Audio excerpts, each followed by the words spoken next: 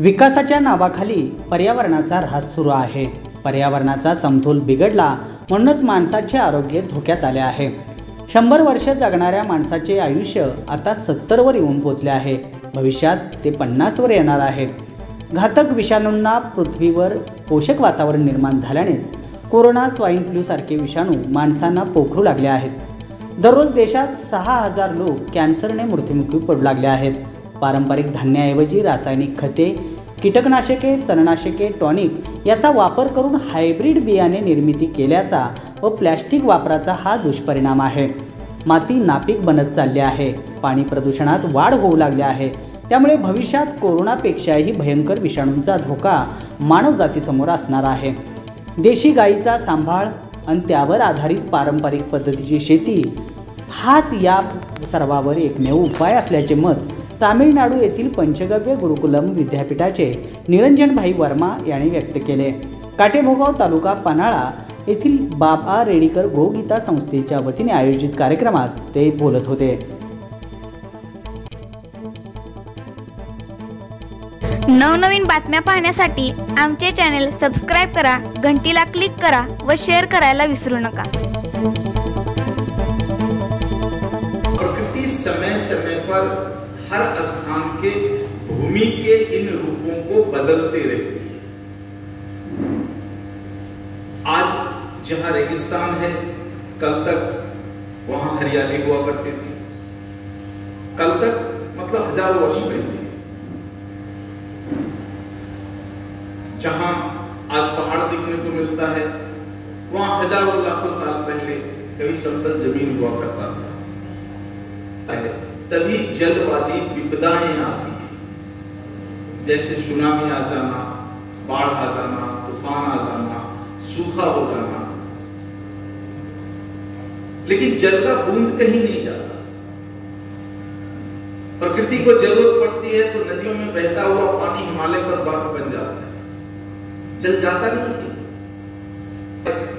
कभी मौसम पर बारिश नहीं होती, कभी बिना मौसम की बारिश होती है। ये सारा कुछ जल के चारों रूपों के संतुलन के बिगड़ने के कारण होता है। और यही संबंध अग्नि के साथ भी है, यही संबंध वायु के साथ भी है। पर पहले वायु का संकट हुआ था, अभी भी वायु का संकट चल रहा है। वायु का संकट हुआ कि श्वास लेने इतना ऑक्सीजन, प्राणवायु वायु में नहीं हुआ, जिसके कारण दूसरे क्षेत्र के रहने वाले परजीवी हमारे क्षेत्र में आ गए और उन लोगों ने कहर रहाया, काफी मौतें की, जिसको आप कोरोना के नाम से जानते हैं। इसका कुछ और भी नाम हो सकता है, ये नाम तो मनुष्य ने रखा है। तो ऐसे लाखों परजीवी, जिसको वायरस कहते हैं, हमारे पृथ्वी के वायुमंडल में है, लेकिन उनका एक अपना घर है। हर जीव जंतु का, वनस्पति का अपना घर होता है। तो कोई परजीवी अपना घर छोड़कर मनुष्य के वातावरण में आ गया तो स्पष्ट बात है कि हमारा घर, हमारा वायुमंडल अब परजीवियों के रहने योग्य हो गया। इसलिए परजीवी आकाशीय क्षेत्र को छोड़कर और मनुष्य के अग्नि क्षेत्र में प्रवेश कर रहे हैं। और ये प्रवेश चलता रहा तो अलग अलग नामों से वायरस और कई नामों से आ सकते हैं। और प्रतिवर्ष जो है कुछ ऐसा ही माहौल बन सकता है।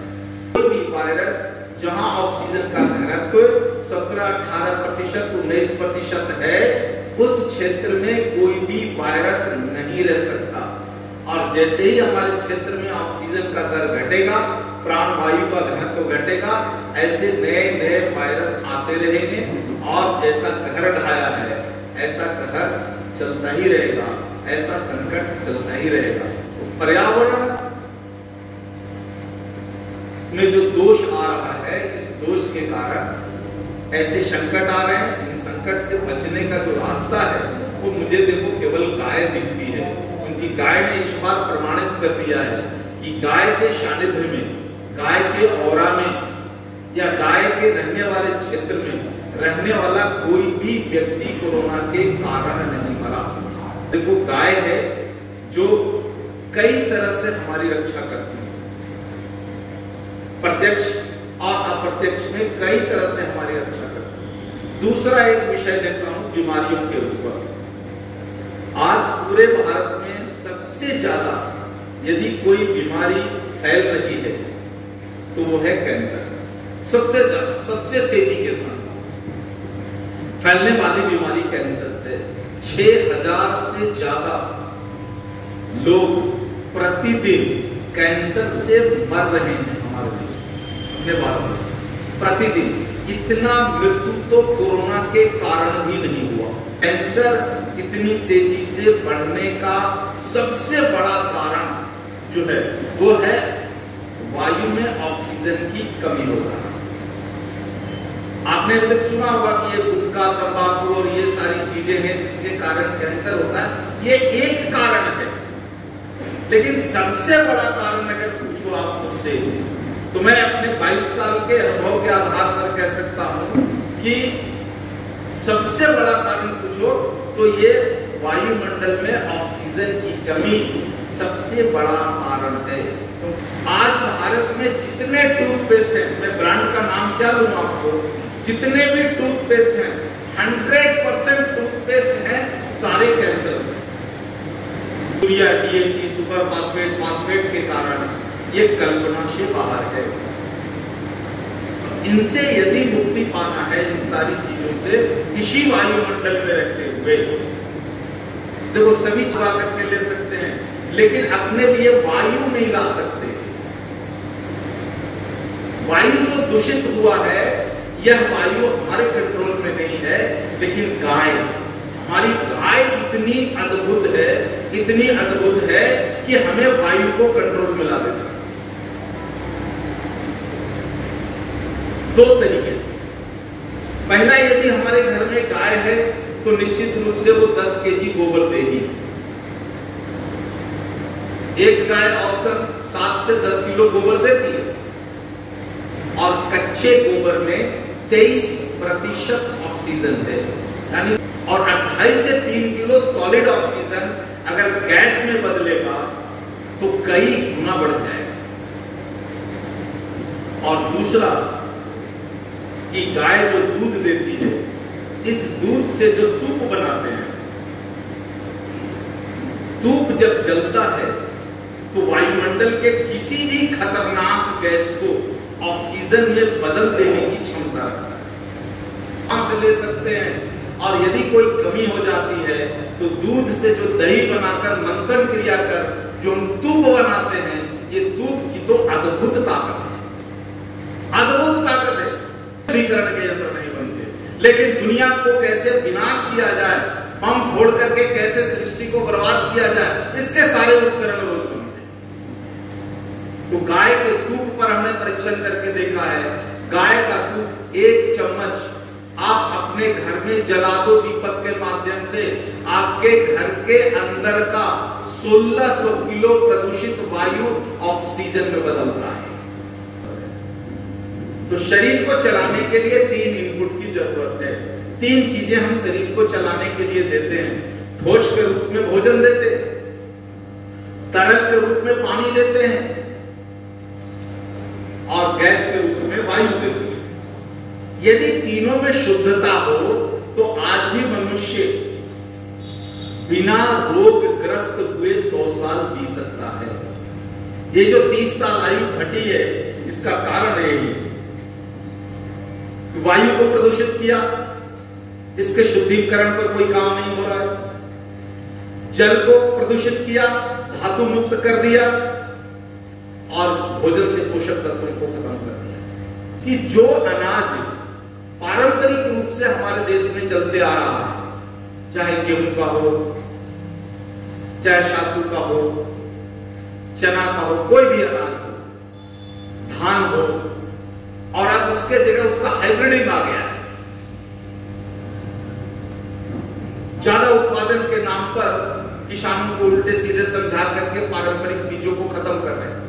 ऐसे सब्जियों में हो गया है, अब पारंपरिक सब्जी के बीज नहीं रह गए, फलों के बीज नहीं रह गए, सभी हाइब्रिडिंग आ रहे हैं, खा रहे हैं केवल मात्र पेट भरने के लिए, उसमें कोई न्यूट्रिशन नहीं है। और यही कारण है कि शरीर अपनी आयु की क्षमता को कम करते जाता है। और ये सारा कुछ जो घटित हुआ है वो इसीलिए कि आज हम लोग अपने खेतों में गाय का गोबर गोमूत्र नहीं डाल रहे। तो हमारा जो पारंपरिक बीज है वो धीरे धीरे अपनी क्षमता को खोते जा रहा है। और इसी का फायदा मल्टीनेशनल कंपनियां उठा रही हैं और उठा करके उसके जगह हमें हाइब्रिड दे रही है कि मौसम कोई भी रहने दो, आप टमाटर उगा सकते हो, मौसम कोई भी रहने दो, आप गेहूं उगा सकते हो, मौसम कोई भी रहने दो, आप धान उगा सकते हो।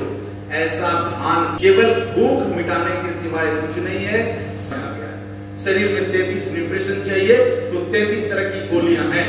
आप तो केवल पेट भरने के लिए और जीभ के स्वाद के लिए खाना खाइए, और शरीर को जो चाहिए पोषकता उसके लिए आप गोली खाओ, टैबलेट खाओ, तब जिंदगी चलेगी।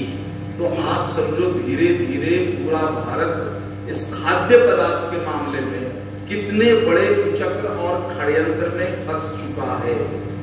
और तो सरकारों की ताकत नहीं है कि मल्टीनेशनल को ये बंद कर सकती है। केवल और केवल अगर इसमें कोई मदद कर सकता है तो गाय की मदद से किसान ही मदद कर सकता है। तो किसान जग जाएं, जागरूक हो जाएं, अपने खेतों में गाय को जोड़ लें, और गाय आधारित यदि कृषि हम करना शुरू करें तो हम अपने सारे पारंपरिक बीजों को बचा सकते हैं, हम अपने सारे पारंपरिक फल फूल सब्जियों को बचा सकते हैं, दूसरे के लिए नहीं, अपने आने वाली पीढ़ियों के लिए। और आपको बताऊं 23 साल से तो मैं कर रहा हूं खेती, आज तक हमने कभी नुकसान नहीं पाया।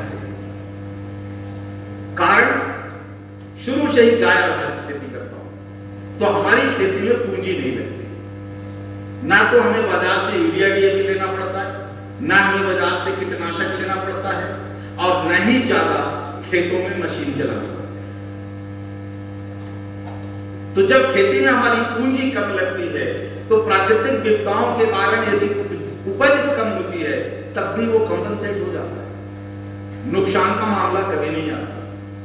तो मैं खुद करता हूं, और इसलिए कहता हूं आप सभी से भी कि देर ही सही लेकिन अभी भी जागिए, गावटी गाय को लाइए।